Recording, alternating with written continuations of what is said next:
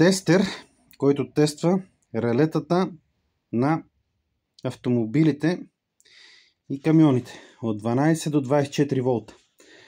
Слага се релето, натиска се тест, превключвате дали е 4 или 5 пиново релето и то прави цък, цък, цък, цък, цък, цък 10 пъти. Ако е добре, светка зелено.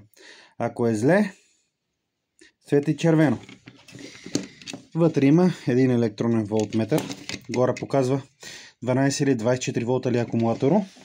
Това включите акумулатора и тук си включите релетата. Ето какво представлява. Една платчица, няколко елемента вътре. Един светодиод, който свети и червено и зелено, според как се подаде напрежение. Превключвател, две малки интегрални схеми и от тук за тестване, натискане. Тестера е на тази фирма Aneng RT01. Не знам точно как се чете фирмата. И имаме такъв мултицет, който и той не е лош.